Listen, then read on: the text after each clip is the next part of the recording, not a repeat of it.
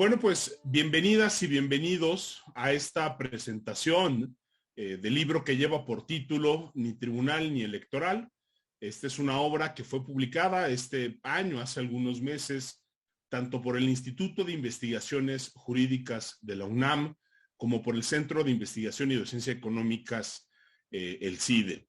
De verdad, muchísimas gracias a todas las amigas y los amigos de IntelliJuris, ¿no?, por promover este evento, en particular a Rosa María Cano, quien muy amablemente, ¿no?, facilitó la realización de este evento. Es un verdadero lujo y lo decimos, ¿no?, con toda sinceridad, ¿no?, estar aquí en este espacio que se ha vuelto una referencia obligada para hablar, pues no solo, por supuesto, de los temas electorales, sino los temas jurídicos en general, ¿no? Y sobre todo creo que nos da muchísimo gusto poder estar aquí presentando una obra como esta.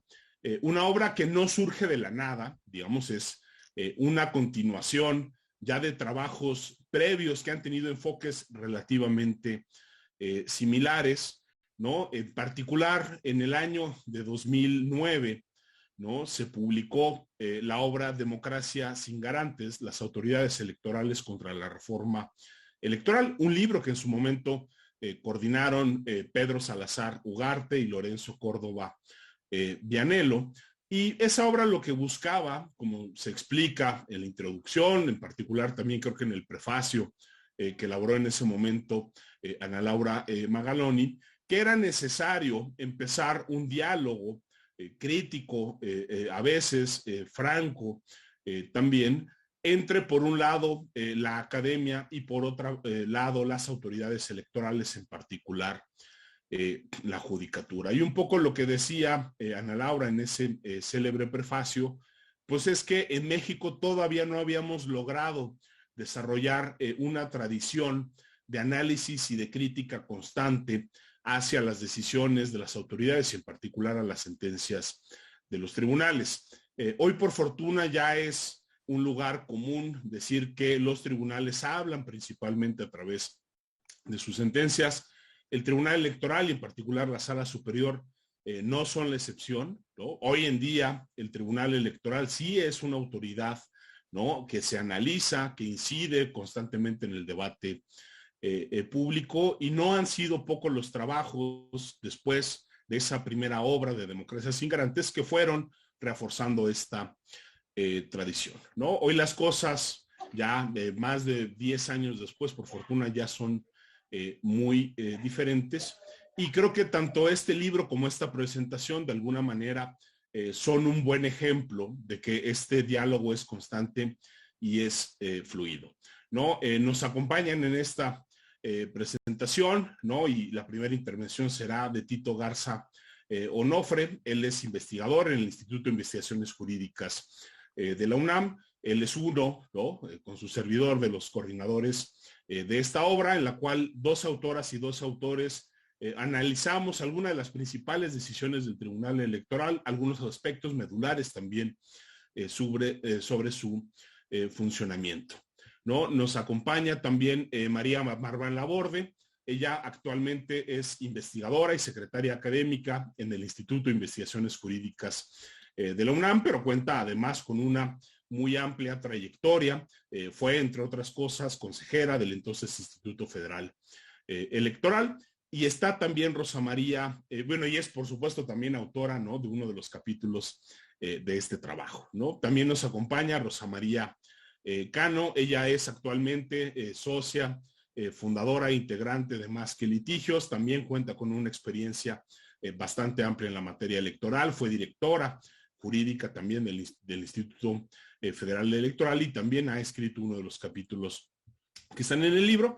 Y finalmente, y nos da un enorme gusto que nos acompañe aquí Reyes Rodríguez Mondragón. Él, como todos saben, en una presentación muy detallada, es el magistrado presidente del Tribunal Electoral del Poder Judicial de la Federación. Anteriormente se desempeñó como magistrado en la Sala Regional de Monterrey. Y pues bueno, como podrán ver, aquí lo que tenemos es una, creo que virtuosa conjunción de personas dedicadas a la labor académica, al litigio, a la consultoría, con trayectorias profesionales en diversas facetas de lo electoral. Y la idea es simple y sencillamente hablar del libro y hablar también de la importancia que tienen este tipo de ejercicios analíticos, críticos, sobre pues un tribunal que es importantísimo, ¿no? Aquí no lo tenemos que decir, pero vale la pena recordarlo. El Tribunal Electoral, en particular la Sala Superior, pues es la máxima autoridad jurisdiccional en la materia. Sus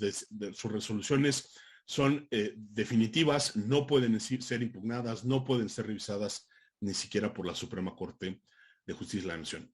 Entonces, Rosa María, Tito, María, Reyes, muchísimas gracias, ¿no?, por estar aquí en este espacio.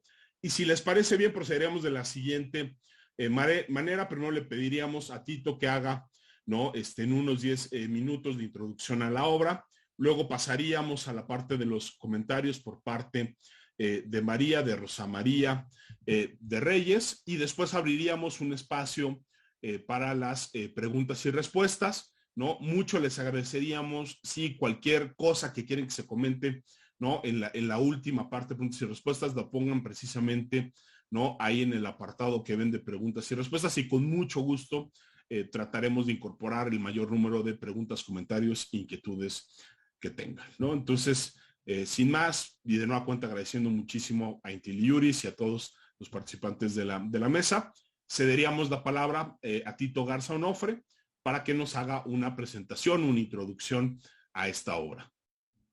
Muchas gracias, Javier, y en efecto, gracias a los buenos amigos de IntelliJuris, y de verdad que qué gusto compartir este espacio con los profesores María, Rosa María, y también con el magistrado Reyes Rodríguez, y qué mejor que estar contigo, que coordinamos este libro que publica el CIDE y el Instituto de Investigaciones Jurídicas. Quizá muy breve y siendo muy rápido a manera de preámbulo para dinamitar un poco la conversación y también hablar un poco lo que hay de fondo de cómo se forjó el libro. Lo cierto es que este libro lo pensamos más o menos hace un año, pensando que de cara a la elección del presente año, el Tribunal Electoral iba a jugar un rol crucial en la moldear ciertas dinámicas y ciertos aspectos del proceso electoral que se encontraba en marcha, ¿no? Simple y sencillamente, siguiendo, como bien dijiste, esta tradición que inaugura el profesor Salazar y Córdoba hace ya algunos años, es hacer una recapitulación de algunas de las sentencias que han levantado más crítica o ámpula, y no solo eso esta vez. También esta vez decidimos entrar a aspectos más adjetivos de gobierno judicial y de funcionamiento propiamente del Tribunal Electoral. En ese sentido, hicimos una convocatoria amplia, hay que decirlo, invitamos a un grupo paritario de autoras y de autores para que analizaran alguna sentencia de las cuales habíamos estado revisando durante hace ya algunos años, ¿no? Algunos cumplieron, no vamos a quemar aquí a quien no cumplió, pero hay que decirlo que invitamos a una gran cantidad de colegas y de personas que están haciendo propiamente estudios de sentencias, y a partir de ello fue simple y sencillamente hagan un análisis crítico de una sentencia del Tribunal Electoral, ¿no? En ese sentido, hay que decirlo, son más de 20 sentencias, 24 autores y autoras de manera paritaria, que quizá tienen una óptica particular en el que no solamente son análisis realizados desde lo jurídico, ¿no? Tenemos la participación de politólogos, de antropólogas, tenemos gente que hace quanti, gente que hace estadística y demás, y en ese sentido tratamos de mostrar un panorama muchísimo más amplio, de nueva cuenta, de una selección muy concreta de sentencias. No están todas las que deben de estar, y obviamente no es una selección que podamos decir que dé prueba plena del trabajo que ha venido haciendo esta integración en particular del Tribunal Electoral. Simple y sencillamente fue la vocación del libro, y lo dijimos a todos nuestros colaboradores y colaboradoras, es saber que estos órganos y que las altas cortes en los marcos de un Estado democrático constitucional necesariamente tienen que estar vigilados, ¿no? tienen que tener un cierto marcaje electoral para saber que sus decisiones, si bien son última instancia y no hay nada que las pueda contravenir, necesitan tener cada vez mayor difusión, estudio y crítica. Lo dice claramente la profesora Magaloni en el estudio introductorio de esta obra, en el sentido que hace años parecería que no es normal, ¿no? Hay que decirlo, tiene 25 años el Tribunal Electoral y el camino andado en comparación de otras instituciones parecería que todavía existen muchas personas que no saben cómo funciona el Tribunal Electoral o que solo importa cuando una decisión genera polémica y cosas por el estilo. Lo que estamos viendo en este libro es el reflejo de eso, de que cada vez más, esperemos que tarde que temprano, se interese más la ciudadanía en el trabajo del Tribunal Electoral para fortalecerlo y así generar un diálogo entre la academia y las instituciones y las autoridades electorales. Dicho esto, quiero mencionar en particular ciertos temas que no solamente son análisis de sentencias, sino aspectos adjetivos para el funcionamiento del Tribunal Electoral, que de cara a una reforma electoral, de cara a una inevitable reforma electoral, podríamos decir, en donde parecería que ya incluso el propio Tribunal Electoral está trabajando al interior con una comisión, parecería que muchas de las voces actuales en el debate público instan y fomentan un borrón y cuenta nueva.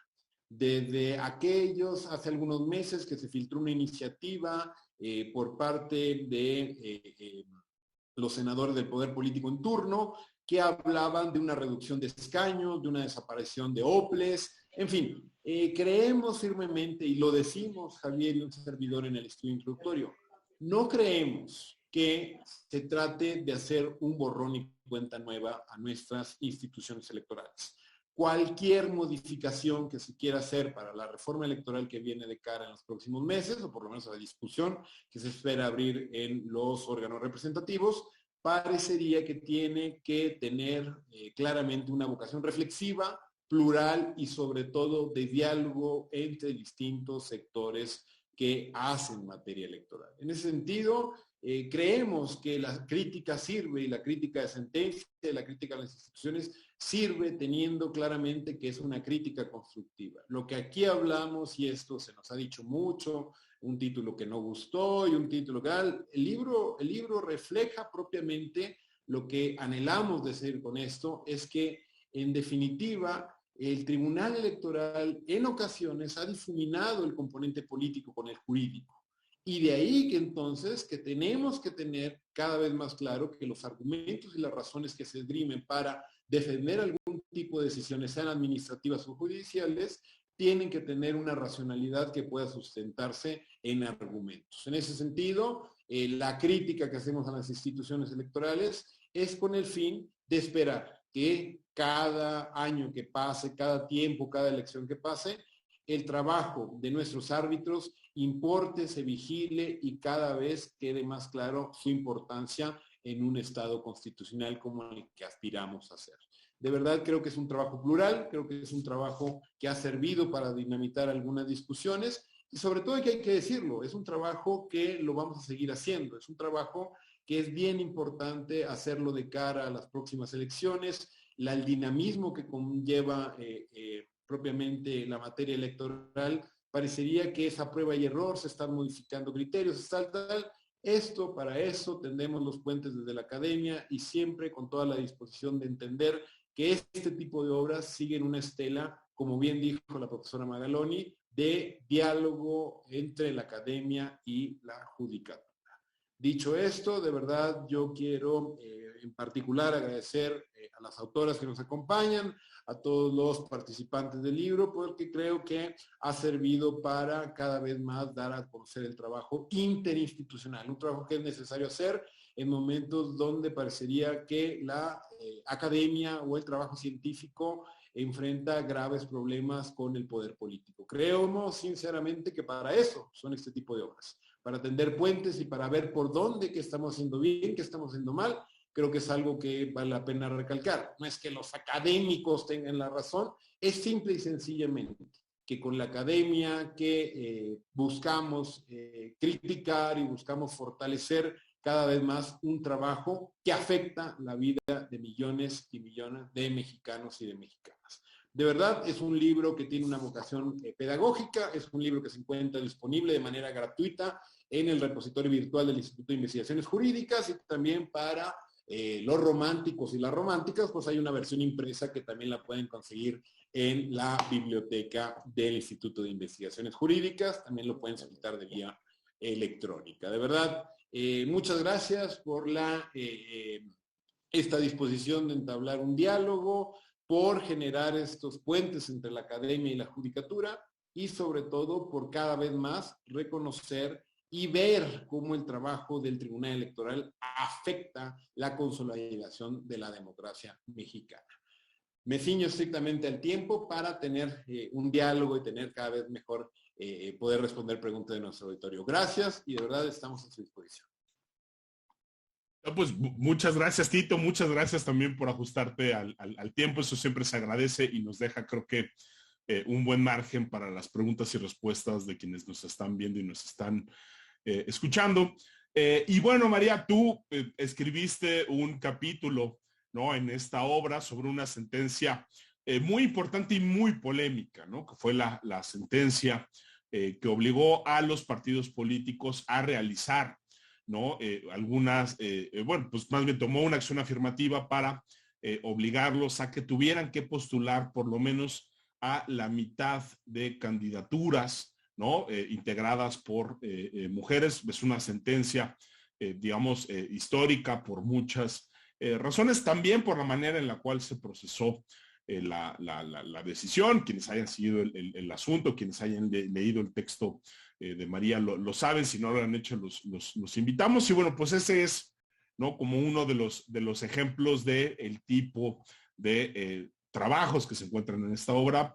Pero también, como decía Tito, hay otro tipo de trabajos que se incluyen aquí, que ya no solo tienen que ver con decisiones tomadas en lo individual o con, déjenme ponerlo así, líneas jurisprudenciales sobre cierto tipo de temas, sino que tratan de abordar, ¿no?, otro tipo de decisiones. ¿Qué podrías decirnos, María, ya sea de tu artículo, de la obra, de la importancia de darle seguimiento y de analizar, ¿no?, las decisiones que toman las autoridades electorales, pensando que, bueno, pues tú has tenido la fortuna de estar en los dos lados, déjame ponerlo así. Has estado, digamos, en el lado de las autoridades como consejera del IFE, y ahora, ¿no?, también estás desde este otro lado, desde la academia, analizando. ¿Qué nos podrías decir al respecto?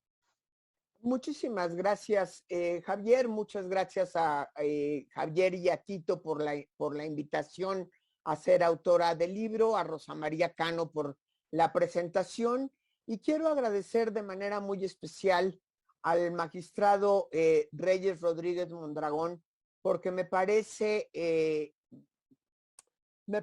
habla muy bien de él venir a la presentación de un libro que, como bien ya dijeron Javier y Tito, es un libro duro, es un libro crítico, y pues él viene también a escuchar, a darnos su versión en algunas cosas y a estar con nosotros en este diálogo que realmente se haga verdadero, vamos a decirlo así. Abordaré un poquito de mi artículo, pero en realidad preparé una cuestión un poquito más general, porque me parece que es importante. Una de las cosas que me parece importante decir, que ya la dijo Tito, pero la voy a repetir de manera muy rápida, no es un libro que nada más analice sentencias. Se hace cargo también de una serie de temas que se han ido complicando a lo largo de 25 años de existencia del Tribunal Electoral. Si tomamos en cuenta los años del TRIFE, tenemos entonces 31 años de justicia electoral. Quisiera no tomar en cuenta los del periodo contencioso electoral del Tribunal contencioso electoral porque en realidad había muy poca autonomía, etcétera.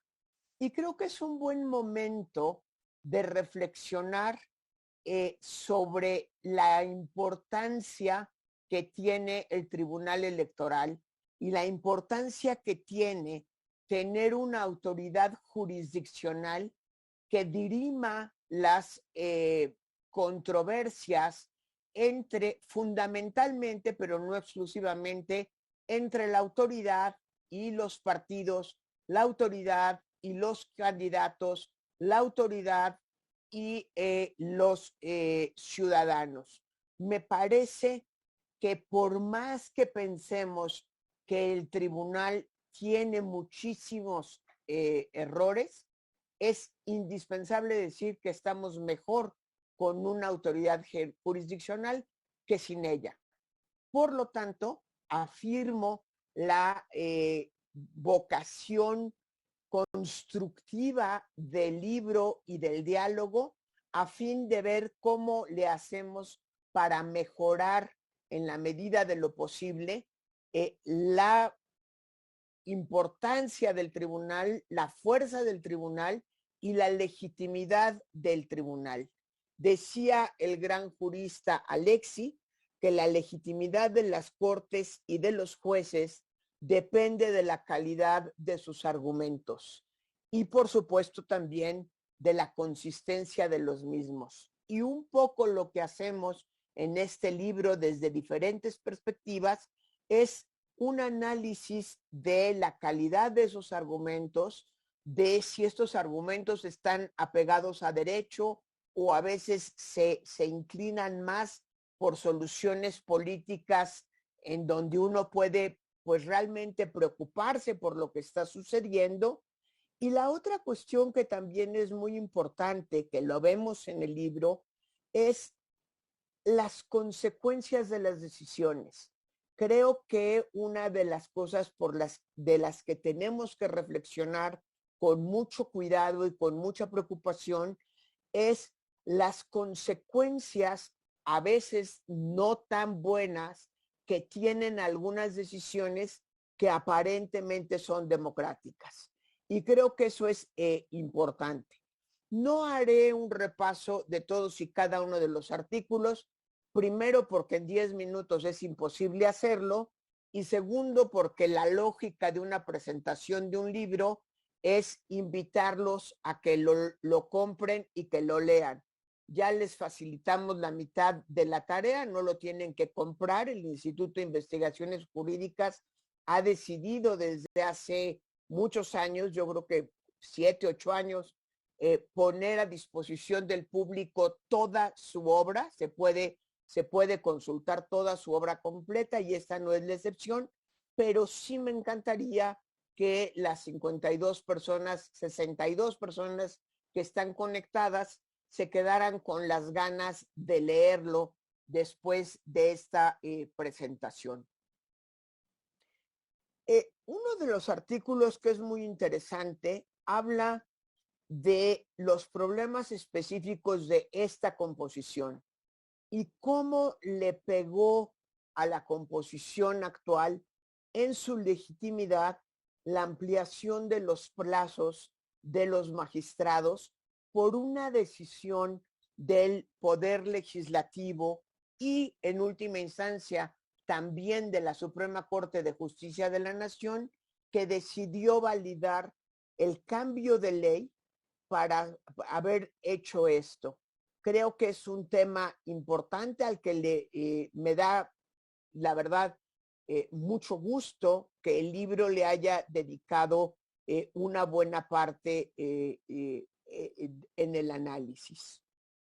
Hay muchos otros temas que se vienen repitiendo constantemente siempre que analizamos el sistema electoral. Por ejemplo, la forma en la que los partidos mañosos abusan de la ley al hacerla y al aplicarla, y esta es parte de la dificultad, en la representación proporcional y el abuso de la legislación de coaliciones. Claramente, a partir de una interpretación mañosa de la ley y de huecos, pues que uno no puede pensar al no ser legislador ni miembro de un partido, más que los dejaron a propósito. La preocupación que tenemos, desde luego, de cómo se ha violentado la representación o la fidedigna representación, permitiendo márgenes altísimos de sobrerepresentación. Si ya el 8% de sobrerepresentación, que necesariamente tiene que tener un correlativo de 8% de subrepresentación, es decir, cuando alguien gana un porcentaje más alto de votos, perdón, de curules que los votos que obtuvo, es porque alguien gana menos. Y luego la interpretación propia de la ley, en la aplicación de esto, ha generado mayores desviaciones. Creo que me interesa destacar sentencias que se emiten sin prever las consecuencias de lo que ordenan hacer a la autoridad administrativa o a otras autoridades. Y quiero poner dos ejemplos. Uno de los que trata el libro, que es muy importante, es la implementación del voto para personas en situación preventiva. Tenemos un artículo que claramente plantea las disyuntivas. Es un artículo fuerte, en donde se dice claramente, pudiéramos afirmar que está directamente en contra del artículo 38 de la Constitución. Sabemos que por ser tribunal de última instancia, como ya nos dijo Tito o Javier hace un momento, o los dos, no se pueden recurrir las decisiones en la Corte, pero la verdad es que es muy sencillo decir que voten aquellos presos que están en prisión preventiva, que no han sido juzgados, porque estamos conculcando sus derechos y en una interpretación garantista no hay por qué quitarles. Suena muy sencillo. Me quiero imaginar que si esto hubiese sucedido cuando yo estaba en el IFE o Rosa María Cano como titular de la unidad legislativa, de la unidad litigiosa del instituto, como abogada general del instituto, ya no me acuerdo cómo se llamaba tu nombre, tu cargo, ahora nos dirás, nos hubiéramos puesto a temblar. ¿Y ahora qué vamos a hacer? No existe en México el voto postal, hay mucha resistencia al voto postal. ¿Cómo vamos a levantar un padrón de la gente que está en cárcel? La gente que no tenga credencial va a haber que empadronarla, su domicilio va a ser el de la cárcel, va a votar por el diputado que le toca al distrito en el que está la cárcel, o va a votar por el diputado del distrito donde tenía su domicilio antes de llegar a la cárcel. En fin, allí se desprenden una serie de complicaciones importantes. El artículo de Zavala también habla, pues hace una crítica fuerte a este espíritu garantista del tribunal, en donde, si bien dice, en muchas ocasiones hay una postura garantista, abierta, a tratar de interpretar la ley en favor de los derechos del justiciable, en otros cambian de criterio y lo pueden hacer inclusive en una misma sesión y se ciñen a una interpretación letrista sumamente rígida, y lo único que nos queda al público pensar es si eso fue por criterios jurídicos o fundamentalmente por criterios políticos. Y mal estamos cuando cabe la duda sobre la integridad jurídica, permítanme decirlo así, de las sentencias. quiero destacar en este caso otra sentencia que también es muy importante y tiene que ver con los derechos con la creación, la obligación de crear un padrón a personas sancionadas por haber cometido actos de violencia de género. Se dice fácil, perdón que lo diga de esta manera, es políticamente correcto, nadie quiere tener como candidatos o candidatas a personas que han sido sancionadas por cometer actos de violencia de género, pero la creación de un padrón genera muchos problemas de derechos humanos, empezando por la presunción y de impartición de justicia, empezando por la presunción de inocencia. Normalmente, quienes presionan para que se incluya a una persona en este padrón, y casi siempre son hombres, pero no necesariamente siempre son hombres, es el agraviado. Pero no necesariamente ha habido un juicio ni administrativo, ni mucho menos ya propiamente del Poder Judicial, para determinar si hubo o no ese agravio. No estoy diciendo que no existan esos agravios. Por supuesto que no lo diría, y menos en mi posición de mujer.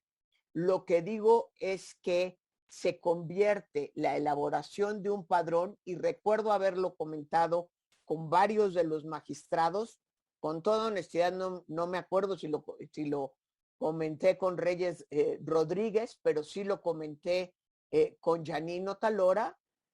¿Y cuál es la puerta de salida de ese padrón? ¿O ya los vamos a dejar allí para el resto de sus vidas? Es una pena que trasciende por haber cometido algo que desde luego no debieron haber hecho, que nos agravia, pero cómo repercute eso después en la aplicación de los derechos. Alguna cuestión similar sucede con toda la complejidad que tiene la autoadscripción como indígenas.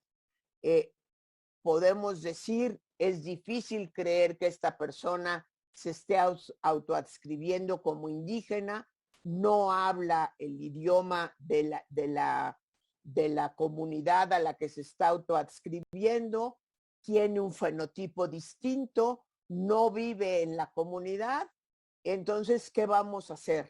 Y creo que esos son temas, algunos generados por el tribunal, otros generados por otro tipo de circunstancias, que han ido haciendo sumamente compleja la aplicación del derecho electoral, y que es de lo que nos debe llamar a discusión. Para entrar al tema que me pidió Javier prácticamente que hablara sobre las reglas de paridad en las gubernaturas, en lo personal lo digo y lo sostengo, y a pesar de ser mujer lo digo, y no porque no esté de acuerdo en las reglas de paridad. Yo creo que las reglas de paridad se deben implementar en cuerpos colegiados, donde al interior del cuerpo colegiado se resuelve la paridad. La elección de gobernador, de gobernadora, de quien va a gobernar una entidad, es una elección unipersonal, y por lo tanto estoy convencida que no cabe las medidas de paridad. ¿Qué es lo que sucede? Que a la hora de pedir que se repartan de alguna manera las gubernaturas en donde va a haber cambio del titular, la titular del Poder Ejecutivo, lo que estamos haciendo es que las elecciones de un estado contaminan a las de otro, y eso genera muchos problemas. De manera un poco irónica, planteé en el artículo, y lo sostengo, vamos entonces a sumar todos los gastos de campaña de todas las entidades federativas, y vamos a anular elecciones porque en 3 estados hubo un exceso de gastos de campaña, y entonces se pueden anular en los 10 que están en competencia.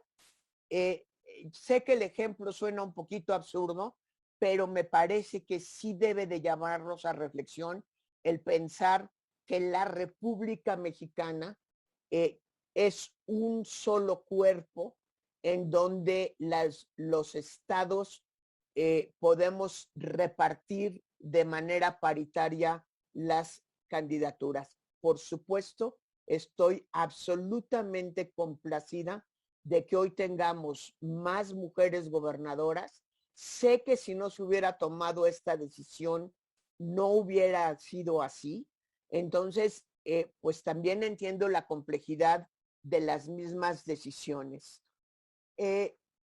Solo para concluir y ser también muy respetuosa del tiempo, si bien estoy de acuerdo en que es momento de pensar a fondo qué tipo de justicia electoral queremos, también creo que en este momento es un mal momento para planear reformas electorales.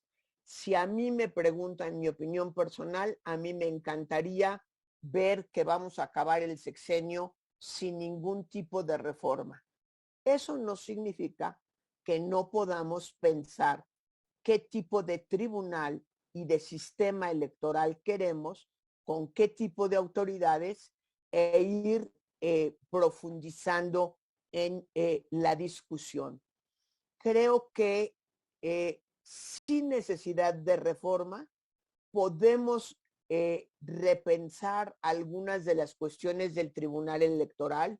Una de ellas, lo decía al principio, mejorar la calidad de las sentencias, la calidad de la argumentación, y sé que Reyes Rodríguez es algo por lo que se ha preocupado muchísimo, inclusive por hacerlas más fáciles de entender, incluyendo un glosario en las sentencias, etcétera. Creo que urge que esta sala empiece a tomar en serio la necesidad de una mayor consistencia entre sus sentencias.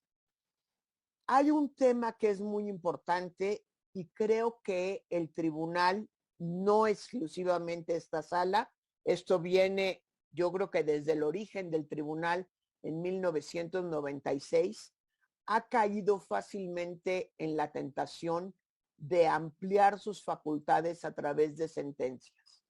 Admiten prácticamente cualquier reclamo y a partir de ahí emiten sentencias, muchas de ellas amparadas en el garantismo. Yo creo que el tribunal nunca se debió de haber metido a problemas laborales. Tenemos autoridades laborales que debieran de resolver en la Junta de Conciliación y Arbitraje, o como ahora se llame o se vaya a llamar, y no debería de haber habido ninguna diferencia entre un empleado del Instituto Federal Electoral o ahora del INE y cualquier otro de cualquier otra dependencia gubernamental o organismo de Estado. Una que me preocupa mucho es cómo se han ido metiendo en la vida civil de las personas a través del análisis, por ejemplo, no es el único caso, de si los niños pueden o no filmar spots, y está analizado también en el libro. O sea, de verdad le toca al al Tribunal Electoral del Poder de la, Judicial de la Federación determinar si tienen el permiso de la madre o del padre en caso de divorcio para que un niño participe o no participe en un spot promocional. Me parece sumamente cuestionable. Creo que hay que empezar a desechar sentencias frívolas y ceñirse estrictamente a la materia electoral.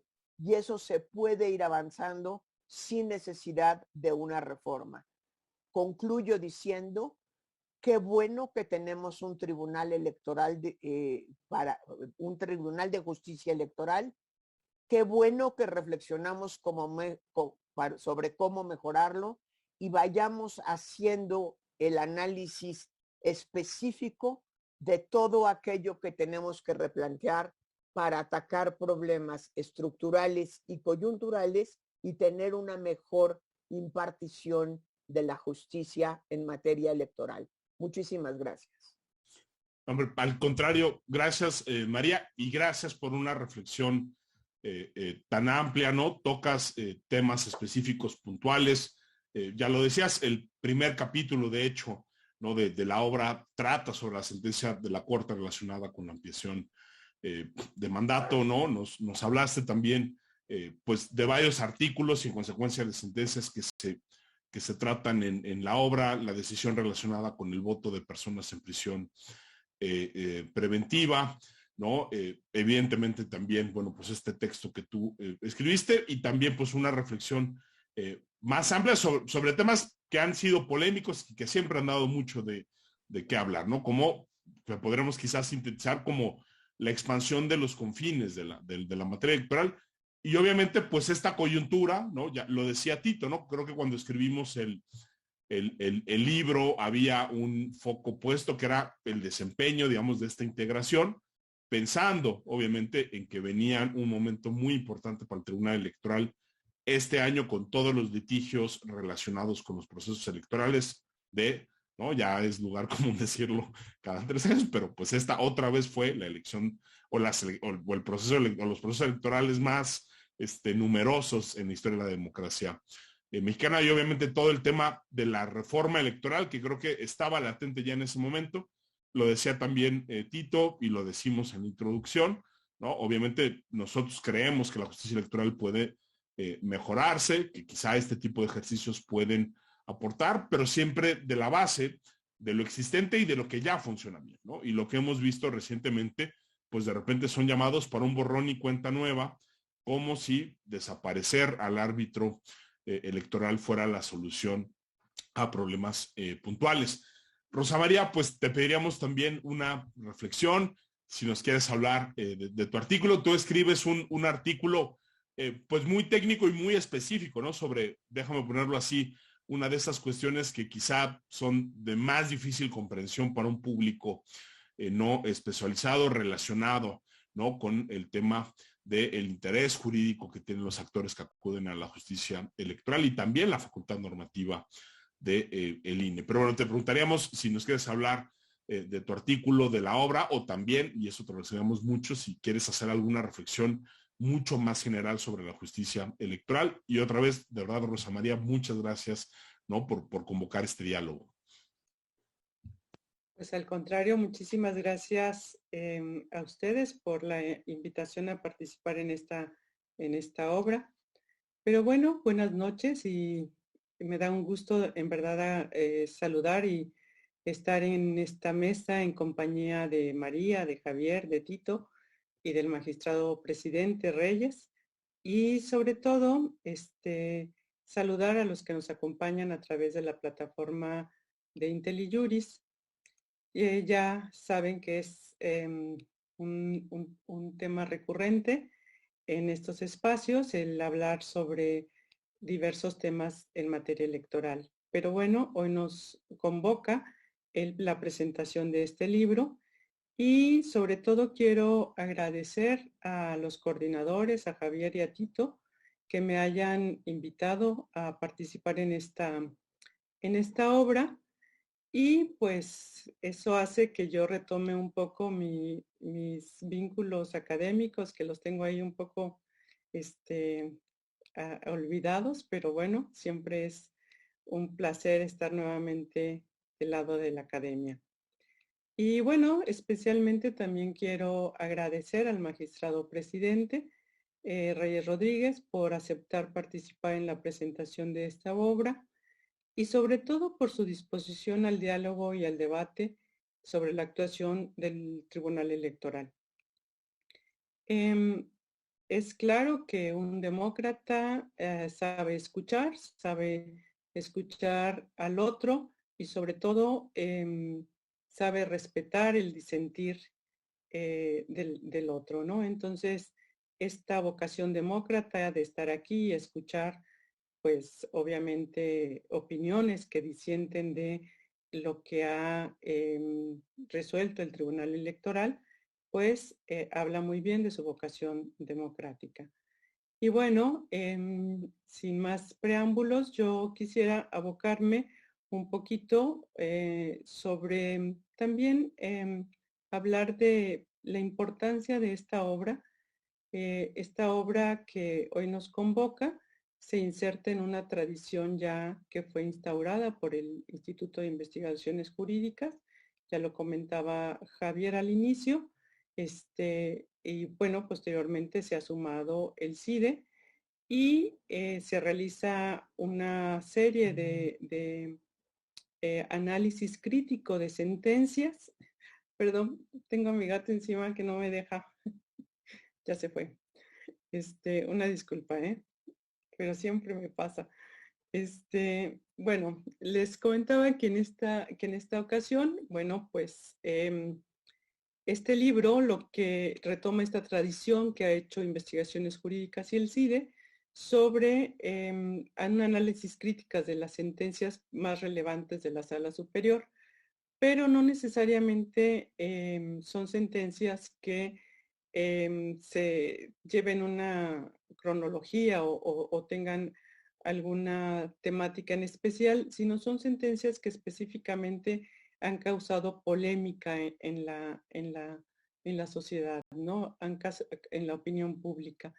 Y bueno, pues eso hace que el libro se convierta en un libro sumamente crítico. Estas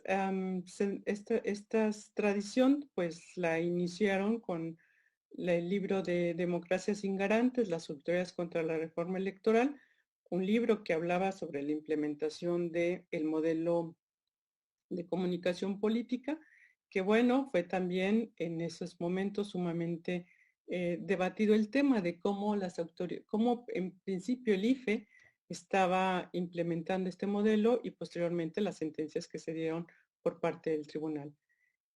Posteriormente, pues tenemos el libro coordinado por Hugo Concha y Saúl López Noriega, que se le denominó La injusticia electoral al examen. Y bueno, también aquí hubo una serie de sentencias que se analizaron de manera muy crítica.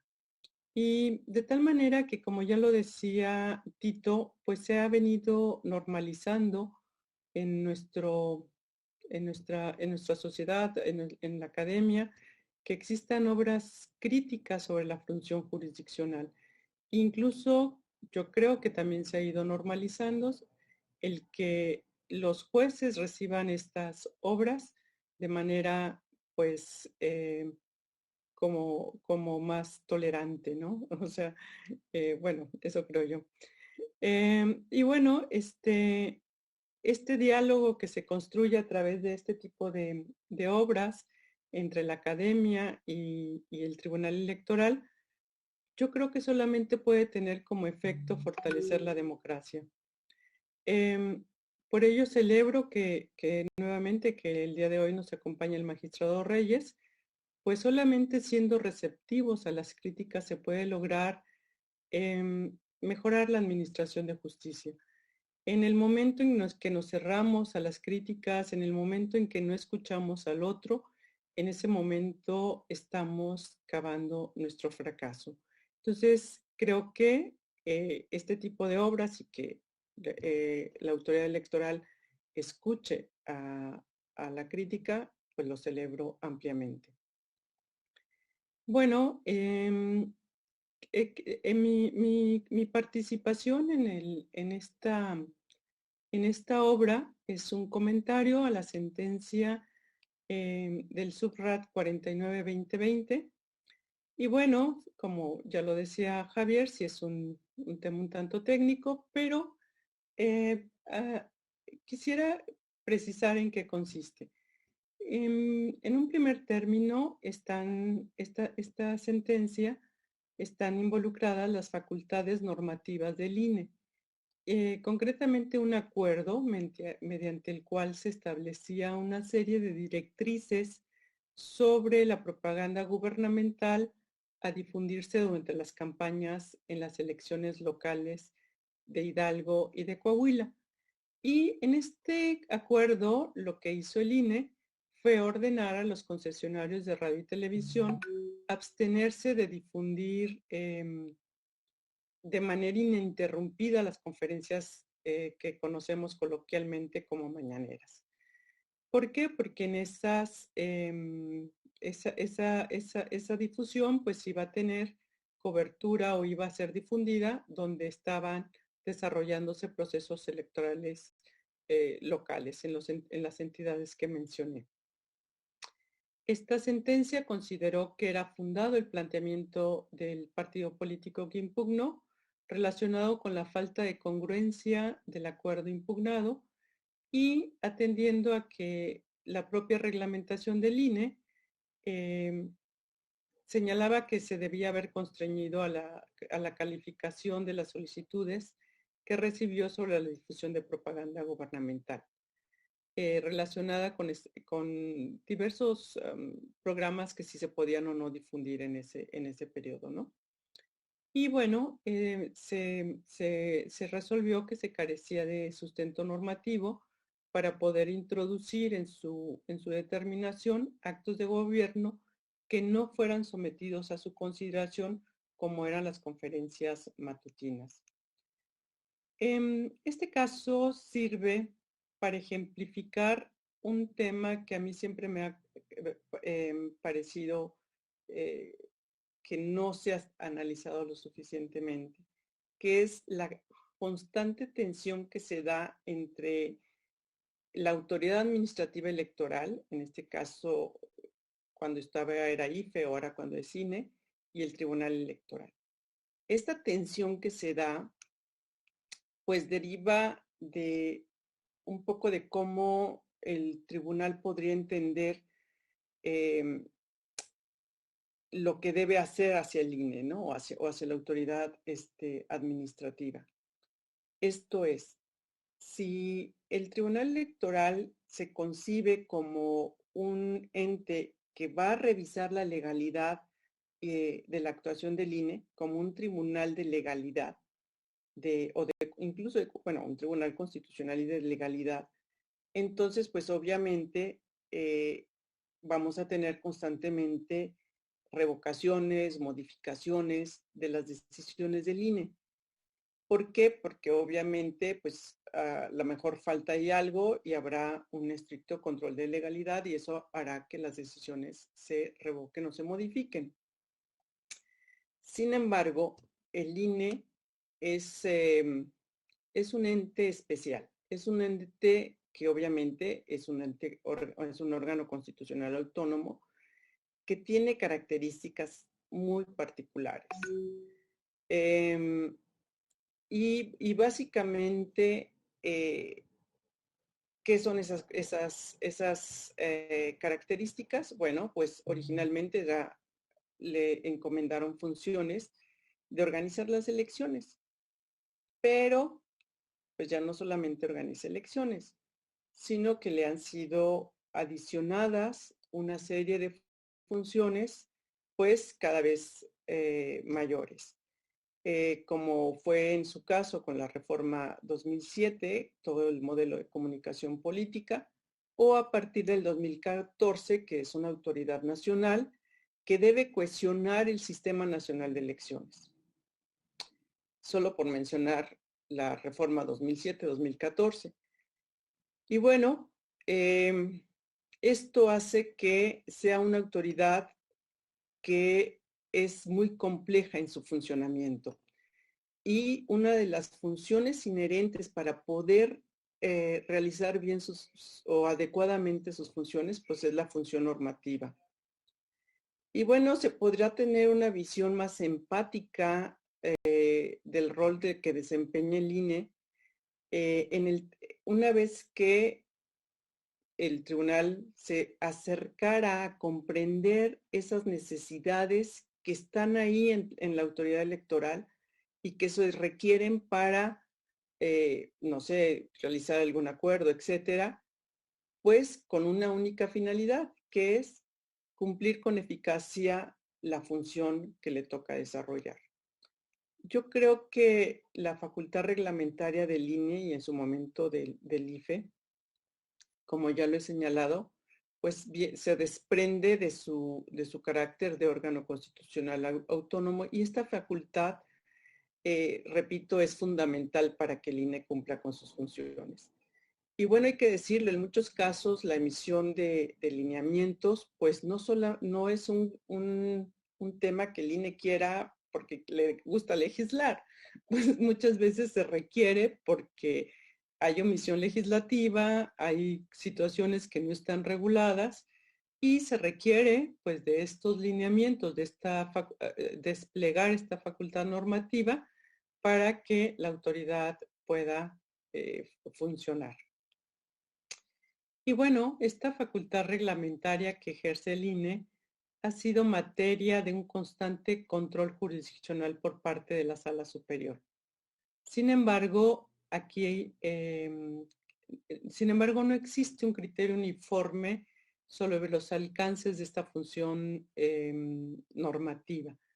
Y tenemos sentencias que van desde la determinación de que el INE carece de facultad reglamentaria, como es el caso de los lineamientos que coloquialmente conocimos como el de piso parejo, que fueron emitidos por el INE en 2017 y que posteriormente fueron revocados por la sala bajo el argumento precisamente de que no se tenía facultad para emitirlos. Y bueno, no obstante que estos lineamientos de imparcialidad históricamente se venían aprobando elección tras elección y bueno, pues hubo un momento en 2017 que dijeron, fíjate que no obstante que lo venías haciendo, pues no tienes esa facultad. Y eso es lo que causa muchísima incertidumbre y ocasiona pues que se afecte, en mi opinión, tanto el desempeño, el desarrollo de la autoridad administrativa, pues así como pues la certeza hacia todos los demás actores, ¿no? Y bueno, también tenemos sentencias que reconocen una facultad de reglamentar directamente preceptos constitucionales, o sea, le reconocen la facultad al INE de desarrollar un precepto constitucional, como fue la validación de los lineamientos de la elección consecutiva de diputados federales en el proceso electoral que acaba de concluir. En esta ocasión, en esta sentencia se consideró que ante la falta de regulación legal le correspondía al INE emitir los lineamientos, pues para hacer eficaz el derecho a la elección consecutiva. Entonces, como podrán ver, pues tenemos una amplia gama de criterios en los que o cómo se ha analizado la facultad normativa del INE. Y ante esta disparidad o ante este cúmulo de criterios, pues es importante que las sentencias de la Sala Superior no se conviertan en un factor de incertidumbre que pueda entorpecer pues la actuación del INE. Por ello es indispensable que se tome en cuenta las particularidades, como ya lo señalé, de las funciones que ejerce este órgano constitucional autónomo y sobre todo lo especial y profesional que se ha convertido o específico que se ha convertido ciertas áreas. Y bueno, a lo mejor respetar el expertise del árbitro electoral para evitar casos tan poco afortunados como se han dado en algunos temas, como fue en 2012, recordemos que se confundió lo que era el conteo rápido con el PREP. Y bueno, pues, ¿por qué? Porque no hubo un acercamiento entre la autoridad jurisdiccional y la autoridad administrativa electoral. Eso es lo que no puede permitirse, sino darse siempre este diálogo, este acercamiento que yo creo que fortalecería a ambas instituciones. Y bueno, no es que se le quiera dar un cheque en blanco al INE para que ejerza su facultad normativa sin ningún límite, sino que estos límites que se le impongan sean acordes a la misma facultad normativa, que no se extralimite en el desarrollo de la ley, en la regulación de la ley, que no modifique el texto de la ley, que no altere lo que la propia ley señala, que sea acorde a los principios que rigen la función electoral, etcétera, ¿no? Pero reitero que esta revisión o esta constante control jurisdiccional que se hace de la facultad normativa, pues debe partir precisamente de la finalidad que se pretende lograr con dicha regulación. A ver, lo que quiero decir es lo siguiente. Este control jurisdiccional de la facultad normativa sí debe de partir de ponerse un poquito en los zapatos del árbitro. Y bueno, aquí tanto María como el magistrado Reyes, pues han pasado por esa institución y saben lo complejo que es instrumentar una función. Ya hablaba María de estas determinaciones que imponen a la autoridad administrativa y que bueno, después implementarlas es todo un reto. Pero sobre todo,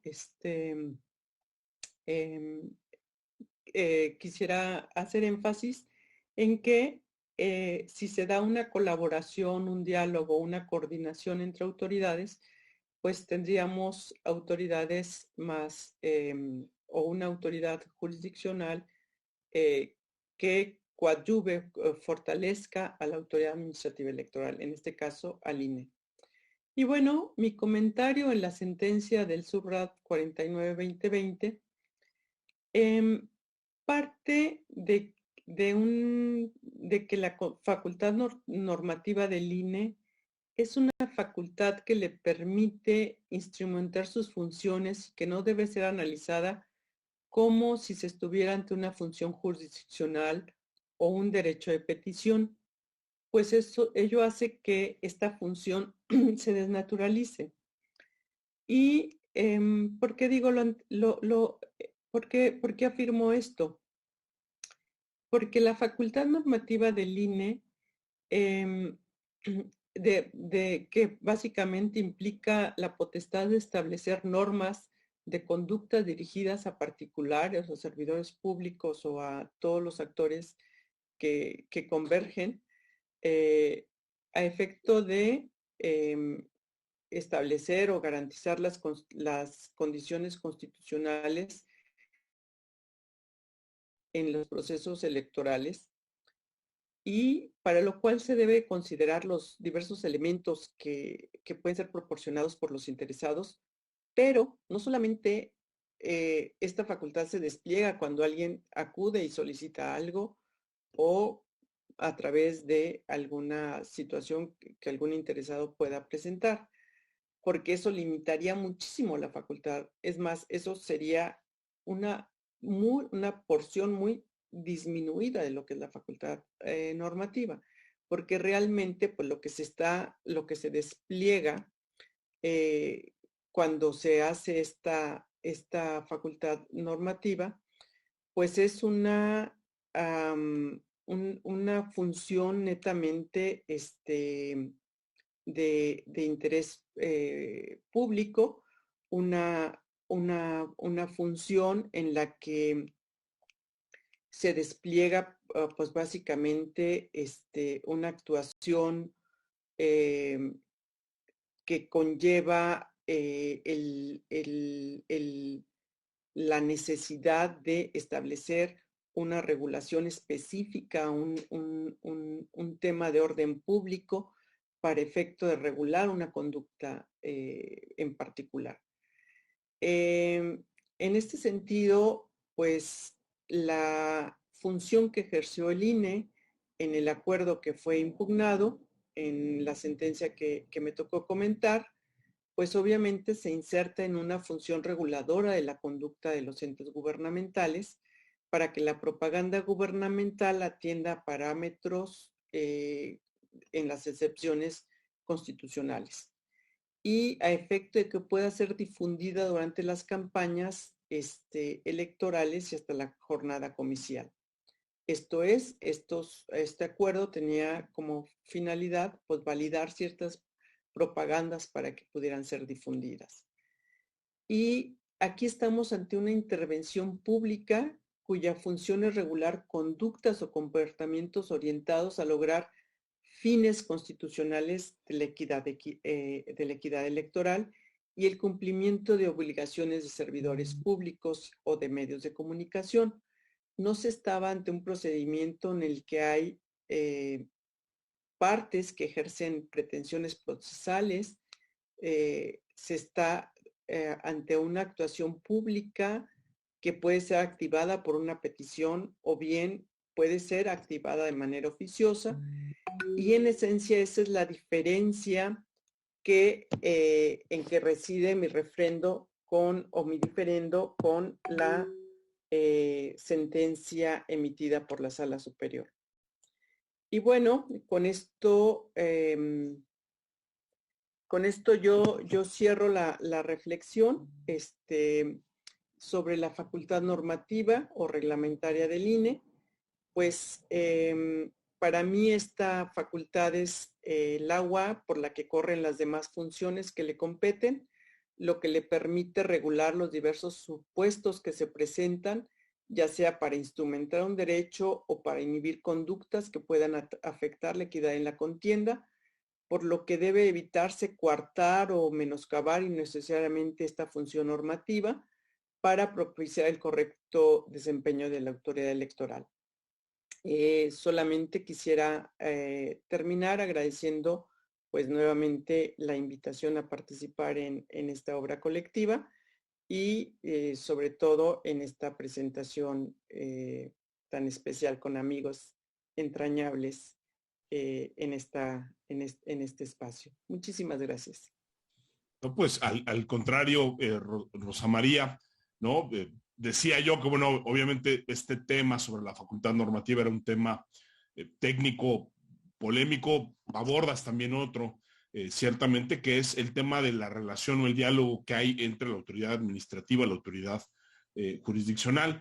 Creo que ese ha sido, ¿no? Digamos, uno de esos temas que se han venido repitiendo con el paso del tiempo, ¿no? Citabas, pues, este caso, ¿no? Resuelto por la integración pasada relacionada con el conteo rápido, que se incluyó precisamente en la segunda obra, que fue la injusticia electoral a examen, y también desde esa primera obra de democracia sin garantes, también ya teníamos, ¿no? Digamos, ese debate de hasta dónde llega, déjenme ponerlo así, la deferencia o el control que tiene que tener Sala Superior sobre esas decisiones que toma el Instituto Nacional Electoral. Ciertamente, ¿no? Como ya lo decías tú, como órgano con autonomía constitucional y también con un órgano a la que la propia Constitución y la jurisprudencia le ha reconocido diferentes potestades normativas, ¿no?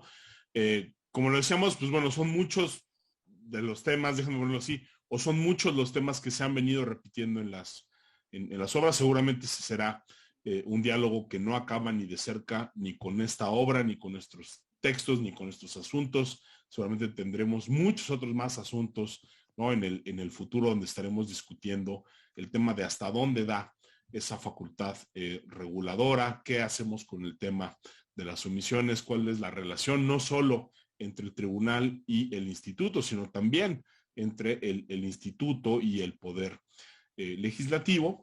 Y bueno, pues ya pasaríamos ahora a la última intervención. Yo solo quiero reiterar, ¿no? Que de verdad nos da un enorme gusto y es un gran privilegio que esté aquí el magistrado presidente Reyes Rodríguez Mondragón. Ya lo decía María Reyes, y me consta, ¿no? Ha sido una persona que ha impulsado muchos cambios en la justicia electoral, desde la claridad en el lenguaje, la mejora en la manera en que se argumentan las sentencias del Tribunal Electoral, también el diálogo con la judicatura. Y bueno, pues Reyes, de verdad nos da mucho gusto que estés aquí, ¿no? Que estés comentando no solo el libro, sino que podamos platicar, ¿no? Quizá de otros temas importantes para la justicia electoral. Y sin más, pues te cederíamos la palabra para tu intervención. Gracias, Javier. Muy buenas noches. El gusto es mío y el privilegio también de poder hablar con ustedes y tener esta oportunidad de dirigirme a su auditorio. Le agradezco particularmente a Rosa María Cano, que nos abrió este espacio de IntelliJuris para comentar el libro coordinado por Javier Martín y por Tito Garza, quienes están aquí acompañándonos, y también saludo con mucho aprecio a la doctora María Marván. Lo primero que quiero pedirles es una disculpa porque estoy desde el iPad y quizá pueda fallarme ya sea el internet o el audio, o se puede mover un poco la imagen. Bueno, dicho esto, quisiera también empezar invitando a ustedes, ¿no? A María, a Tito, a Javier y a Rosa María a presentar este libro en el Tribunal Electoral. Ojalá y lo pudiéramos hacer ahí de manera presencial o híbrida o virtual, pero que sepan que la magistratura electoral se ha caracterizado desde sus inicios, es decir, desde hace 25 años, ¿no? Por una apertura al diálogo, por estar dispuestos a escuchar la crítica. Evidentemente, desde hace 25 años hasta hoy, los contextos son distintos, la evolución del derecho electoral ha sido dinámica, es una materia que tiene constantes cambios, y esos cambios legales han dado lugar, por supuesto, a cambios interpretativos que se reflejan en las sentencias. Y el trabajo que han hecho desde la academia en esta trilogía sobre la que ya han hablado, desde Democracias sin Garantes, la injusticia electoral, examen, hasta esta obra colectiva llamada Ni Tribunal ni Electoral, da cuenta, por supuesto, de uno, el interés que hay en la academia, en la profesión, en aquellos que se dedican como especialistas a la materia electoral, del interés sobre las instituciones y su quehacer. Este tipo de obras son clave para entender la conducta de las autoridades electorales y de los actores, tanto partidos políticos como candidaturas, y a aquellos que son usuarios en caso concreto, de la justicia electoral, pero también han analizado decisiones del Instituto Federal Electoral, de la Suprema Corte de Justicia, del INE, actualmente así denominado.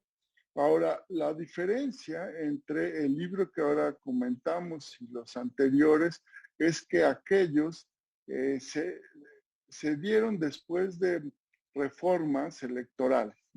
Democracia sin Garantes se publica en 2009, después de la reforma político-electoral de 2008, y de alguna manera tenía como propósito analizar el efecto y la forma en que reaccionaba la autoridad o las autoridades electorales ante una reforma estructural, particularmente en lo que se llamó el nuevo modelo de comunicación política. El segundo texto, La injusticia electoral examen, también se publica después de otra reforma electoral que tiene en algunos aspectos estructurales, porque modifica la organización o la institucionalidad, sobre todo de las autoridades administrativas electorales, y genera tribunales electorales autónomos fuera de los poderes judiciales estatales. Entonces también se da un proceso de cambio legislativo, de cambio jurídico, y el segundo libro de esta serie trata de analizar cómo ese cambio jurídico, ese cambio legislativo impacta en la dinámica de los procesos electorales y en la conducta de las autoridades.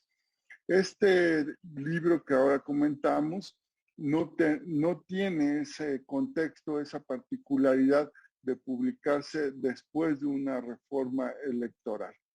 Sin embargo, lo mencionan sus coordinadores, ¿no? Javier y Tito, sí tiene la particularidad de quizá estar en la antesala de una reforma electoral. Y bueno, ahí generan una primera conclusión que comparto y que aquí ya se ha dicho. Cualquier discusión sobre cambios legislativos o constitucionales en materia política electoral que impliquen una desaparición o reconfiguración de las autoridades electorales como instituciones claves de la democracia electoral mexicana, puede verse particularmente como una regresión. Me parece que el Estado mexicano ha invertido no solo en un sistema electoral y un sistema de partidos robusto, sino también en la generación de instituciones electorales con distintos matices, con distintas características, pero que comparten características como la independencia, la autonomía, el profesionalismo. En el INE hay un desarrollo del servicio profesional electoral que hace prácticamente a la institución muy fuerte por esa carrera electoral. El Tribunal Electoral se insertó en el Poder Judicial de la Federación precisamente con el ánimo de tener una autoridad que se rija por los mismos principios y características de un poder independiente. Dicho esto, ahora quisiera reconocer que este tipo de trabajos académicos nos permiten hacer un alto en el camino y particularmente en este año que el Tribunal Electoral cumple 25 de impartir justicia. Y esta impartición de justicia electoral, quiero decir que razonablemente ha tenido frutos, ha rendido resultados en la protección de los derechos políticos, de los derechos electorales, de la ciudadanía, no solamente durante las elecciones, sino también cuando han ejercido su derecho fundamental de asociación político-electoral. Y digo esto porque quisiera destacar que uno de los puntos de este libro no es cuestionar, o así no lo entiendo yo, estructuralmente la función del tribunal, ni su valor, ni la importancia que tienen para la vida democrática electoral del país. El libro tiene el acierto de reconocer que se han seleccionado sentencias con un criterio muy específico. Voy a destacar dos criterios. El primero, visibilizar la compleja relación que hay entre poder y derecho, ¿no? O entre política y derecho, entre poder y tribunales de última instancia o altas cortes. En la materia electoral, además, es consustancial a su esencia, porque resolvemos en los tribunales electorales controversias que tienen que ver con el acceso al poder público y con la competencia por ejercer la representación electoral. Ese objetivo creo que está cumplido en la obra, en la que participan especialistas en materia electoral, quienes fueron funcionarios o servidoras públicas como la consejera del INE, María Marván, la directora jurídica también del IFE, perdón, María, tú estuviste en el IFE, también Rosa María Cano, ¿no?, como directora jurídica, Javier, quien por varios años trabajó en el Tribunal Electoral, en la sala regional y en la sala superior. Entonces, son no solo expertos en la materia, sino quienes tienen una experiencia desde la perspectiva de las instituciones y contribuyen en esta discusión académica desde las sedes en las que ahora se encuentran. También encontramos textos elaborados por profesionales del derecho, profesionales electoralistas, ¿no?, y académicos ya con una visión, digamos, externa sí, quiero decir, externa al ámbito, a la arena electoral.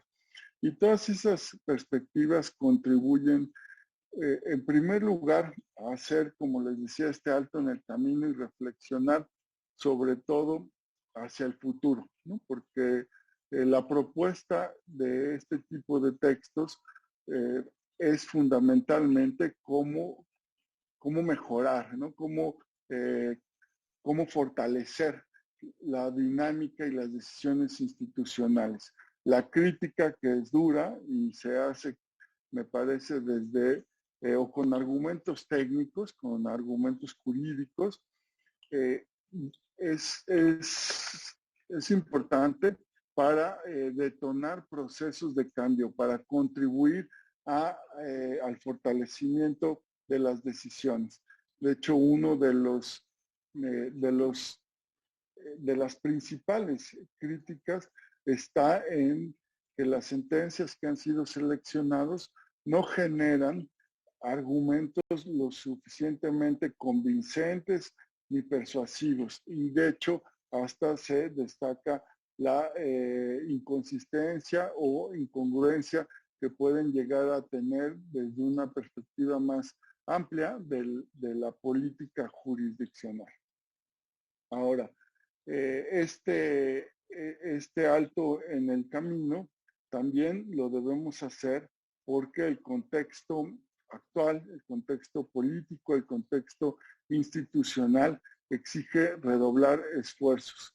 Esfuerzos para acercarnos a la academia, a la sociedad civil. ¿Por qué? Porque el alejamiento, ¿no?, la diferencia o la disidencia no puede traducirse en un monólogo. Por un lado, podremos tener perspectivas académicas legítimas, ¿no?, sustentadas, pero por el otro lado, una función jurisdiccional que no esté dispuesta, ¿no?, a dialogar y a la reflexión. Entonces, eso no contribuye a nuestra función, a la sociedad, y en ese sentido el libro es un puente para generar este tipo de encuentros como el de hoy, y que, reitero, sería muy bienvenido que ustedes y quienes gusten asistir de las personas que contribuyen en todo el libro, que es bastante extenso, al Tribunal Electoral, para dialogar también con el cuerpo profesional, el secretariado que lleva a cabo la función jurisdiccional y que fundamentalmente también soporta la elaboración de las sentencias que están siendo analizadas. Ahora, la perspectiva del libro se revela de manera honesta, académicamente honesta, que consiste en elegir sentencias cuestionables, ¿no?, controversiales. Tan lo son que, si recuerdo bien, con excepción de una, que fue aprobada por unanimidad, el resto son decisiones mayoritarias, en donde puede haber votos particulares o votos disidentes o perspectivas concurrentes. Una de las contribuciones del libro es analizar de de manera general las decisiones mayoritarias, pero también discutir, ¿no? Exigir a las decisiones minoritarias, ¿no? Una argumentación realmente también convincente. Entonces, desde esa, digamos, desde esa visión, el libro es completo, ¿no? En cada sentencia que se analiza, se revisa la argumentación de la decisión mayoritaria como los aspectos sobre los cuales pueden tener acuerdos o desacuerdos de los votos disidentes.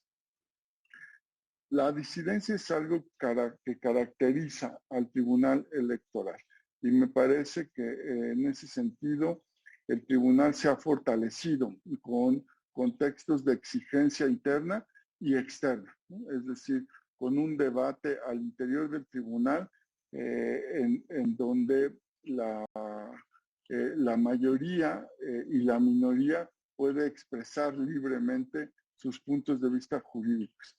Y el contexto de exigencia externa que es creado por la academia también nos permite ver cómo estos precedentes tienen que ser revisados, sobre todo hacia el futuro, ¿no?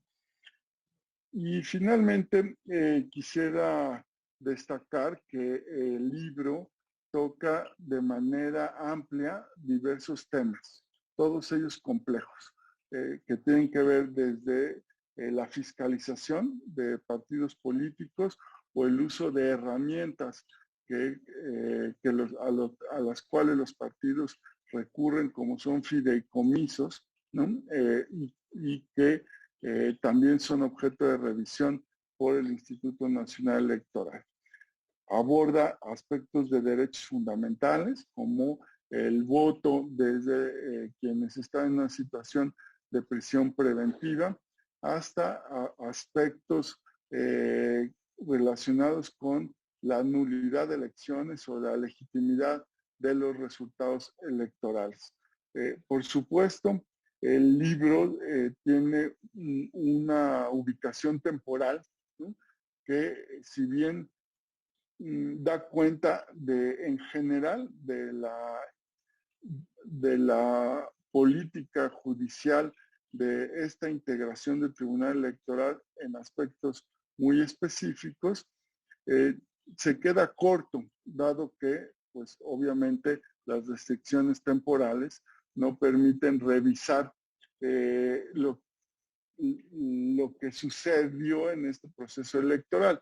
Y esto, digo, lo menciono porque ojalá puedan continuar con este trabajo y complementar algunas lecturas sobre, por ejemplo, los casos que se resolvieron en torno a la propaganda gubernamental, ¿no? El asunto que se ha comentado se queda en una fase inicial de este proceso electoral y sin embargo, como todo como toda actividad jurisdiccional, van evolucionando los criterios. Sin embargo, es obviamente congruente el libro en tanto quiere demostrar un objetivo, comprobar ciertas hipótesis y por supuesto ha sido publicado, si recuerdo bien, hasta considerando sentencias hasta el 2020 o principios de 2021. Los invito, por supuesto, a seguir ejerciendo esa labor crítica, constructiva, ese análisis agudo desde la academia para que esta integración, ¿no? Al final estamos prácticamente a 5 años, ¿no? de la integración. El libro atiende lo que ya han señalado desde aspectos controversiales en la designación como actividades institucionales y el trabajo jurisdiccional. Es valiosa digamos, esa amplitud de temas y ojalá se pueda continuar para que al final de esta integración podamos tener ese balance que ustedes hacen y que de verdad contribuye, yo tengo la convicción de que contribuye a la reflexión y es de los pocos libros, porque en México hay muy poca literatura sobre la conducta judicial, ¿no?, que atienden a través de las sentencias y de la gobernabilidad en el tribunal explicaciones para desentrañar la conducta de los jueces, de las juezas. Es una perspectiva en la cual en México, en mi opinión, se produce todavía muy poco, pero que es muy necesario, particularmente cuando se trata de tribunales de última instancia, a los que efectivamente no les revisan sus decisiones otras instituciones. Les agradezco mucho por la invitación y por la posibilidad de dialogar y con esto concluyo. Espero haber respetado también el tiempo. No, pues al contrario, reiteramos el agradecimiento, ¿no?, por acompañarnos, por estar aquí. Ciertamente lo que dice el magistrado presidente es cierto, ¿no? Lo decimos abiertamente. Esta no es una obra que pretenda hacer un balance general del Tribunal Electoral, porque ahí tendremos que hacer dos cosas, ¿no? O quizá un análisis, ¿no?, de alguna muestra aleatoria, o tratar de analizar todas las sentencias del Tribunal Electoral. Eso, digamos, es imposible, ¿no? Por la cantidad de sentencias que hoy dicta la justicia electoral y por la evolución que ha tenido, no lo es. Y ciertamente es eso, se trata de discutir, ¿no?, algunas sentencias relevantes, digamos, por la atención mediática que tuvieron, por el tipo de temas que se trataron, poner sobre la mesa argumentos, ¿no? Y así como decías, ¿no?, que bueno, pues disentir al interior de los órganos colegiados, pues es parte, digamos, de cualquier judicatura en el mundo. Pues lo mismo pasa con los textos académicos, ¿no? Uno puede estar más convencido o menos convencido con la crítica que se hace de la crítica, ¿no? Y también pues este libro es una invitación a seguir discutiendo. De verdad, muchas gracias por la invitación. Yo hablo a título personal, pero estoy seguro, ¿no?, que a Rosa María, a Tito, a mí nos encantaría continuar el diálogo, ¿no? Sabemos que el Tribunal Electoral ha creado espacios precisamente, ¿no?, para discutir las propias sentencias, ¿no? Y en ese sentido, bueno, pues reiteramos, ¿no?, el agradecimiento. Andamos ya llegando prácticamente a la hora y media de la transmisión. Tenemos algunas preguntas en el chat. Si les parece bien, las leo. Nos aventamos una última ronda. Ahí les pediría que tratáramos de ser lo más puntuales, ya sea que quieran hablar de alguna de las preguntas en particular, ya sea que quieran hacer alguna reacción a lo que se ha dicho en las intervenciones o algún comentario final que quisieran hacer, ¿no? Porque si no, creo que aquí nos vamos a seguir hasta las 10:30 y no sé si los asistentes nos vayan a aguantar y también los ponentes nos vayan a aguantar, ¿no?, tanto tiempo. Jessica Soria pregunta, ¿cuál creen que sería la principal solución para resolver la ambigüedad o los problemas imperantes en el derecho electoral? Fernando Castillo nos pregunta, hablando el tema, ¿no?, de las estrategias de los partidos políticos, ¿no?, de recurrir con la intención de retardar, trabar o tratar de aumentar el trabajo de los tribunales, ¿creen que se necesita comenzar a inhabilitar representantes de partido que tienen por eso, por costumbre, o qué otro tipo de medidas creen que se podría tomar? También nos preguntan, ¿no?, las personas que no han sido sentenciadas y les dieron derecho a votar, un problema es que tendrían que definir si su voto es en una casilla que les corresponde por su domicilio o como elector en tránsito en la casilla especial si estuviera en otro estado o municipio, ¿no?, como igualdad de los electores en tránsito. ¿Creen correcta o no la percepción? Creo que ahí está preguntando un poco dónde tendrían que votar, ¿no? Digamos, si en el domicilio que tienen la credencial de elector o si por el contrario tendrían que votar, digamos, en el lugar donde están ubicados, digamos, geográficamente. Esas son algunas de las preguntas, pero de nueva cuenta, ¿no? Si quieren contestar algunas de ellas, si quieren hacer alguna otra reflexión o réplica, se los haceremos muchísimo. Y si les parece, nos arrancamos en el mismo orden. Entonces, Tito, en un minuto o dos, tus últimas reflexiones, ¿no? Sobre la mesa, sobre las preguntas. Claro que sí, Javier, muy rápido. En torno a la reforma pendiente o a la reforma que está por venir, yo en esto creo que el pronóstico que hace María de que no se necesita, yo lo comparto, pero me parece inevitable, ¿no? Me parece que como está el panorama político, va a venir un cambio, entonces habría que adelantarse un poco a la discusión. Y hay muchas cosas que yo creo que el propio tribunal puede modificar de gobierno judicial al interior, con modificación al reglamento, pero creo que lo comentamos en alguna presentación, la reforma pendiente es de los partidos políticos. La reforma pendiente, que creo que no está discusión y que creo que no va a suceder en la reforma política, en la electoral, es en torno a estos problemas que vienen desde antes de que se llegue a sede jurisdiccional, ¿no?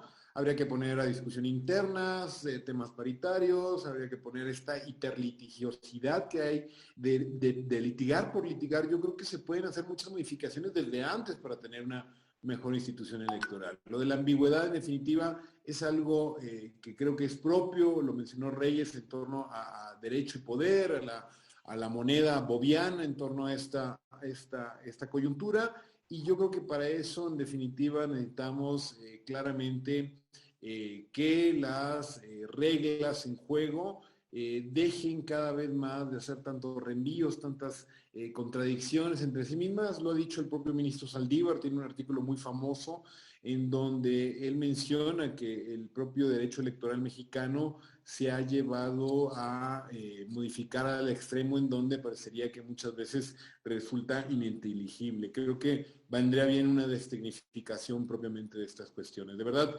agradezco la disposición, le tomaremos la palabra al magistrado presidente y de verdad qué gusto haber compartido con todo el público de Interiuris la presentación de este libro. Muchas gracias. Muchísimas gracias, Tito. Pasaríamos ahora entonces con la intervención de cierre de María Barbán. Ya, ahí va tu micrófono. Nada más creo que todavía el micrófono no está prendido. Es buenísimo. Un poco difícil que me escuchen con el micrófono apagado. Muchísimas gracias. De verdad, agradecemos al magistrado la invitación. De veras, Reyes, muchísimas gracias por invitarnos. Con mucho gusto lo haremos. Y sobre todo con esta franca y abierta disposición al diálogo. Mil gracias. Perú tiene una forma muy sencilla de evitar las demandas frívolas, y es que para poder entablar una impugnación hay que pagar una fianza, y en caso de que el tribunal decida que esta impugnación es frívola, además hay que pagar una multa, y las multas pueden ser significativas. Entonces, creo que sí hay maneras. Por supuesto, eso significaría un cambio de ley, no es algo que se les pueda ocurrir de la nada, ni al INE, por supuesto, ni muchísimo, ni al tribunal. En fin, yo creo que la reforma es indispensable, Tito. Lo que no sé si es en este momento oportuna, esa es otra cosa. Y ciertamente tenemos que ir pensando y tenemos que ir viendo qué tipo de sistema electoral y de sistema de partidos políticos queremos para realmente fortalecer la democracia. Mi preferencia sería ir hacia la simplificación. Sé que eso no va a suceder, sé que le vamos a dar 3 vueltas de tuerca otra vez el día que haya una reforma, hoy o dentro de 2 años o dentro de 3 años. Vamos a incrementar sanciones, vamos a incrementar prohibiciones, vamos a hacer todavía mucho más complejo el derecho electoral. Creo que tenemos un derecho electoral sumamente abigarrado, en donde es de verdad muy difícil explicarle a la sociedad cómo funciona todo este entramado de prohibiciones y de relaciones entre las diferentes autoridades electorales. Qué bueno que se hagan este tipo de libros, creo que tenemos que seguir haciéndolos, qué bueno que se hagan este tipo de foros y un verdadero placer haber compartido la mesa con todos ustedes, Rosa María, Tito, Javier y por supuesto, magistrado Reyes Rodríguez. Muchas gracias, María. Pasaríamos ahora a la intervención de Rosa María Cano. Pues claro que le tomamos la palabra al magistrado Reyes Rodríguez. Ya estamos listos y puestos para la presentación del libro. Y bueno, una última reflexión que yo quisiera también sumarme al tema de las reformas electorales.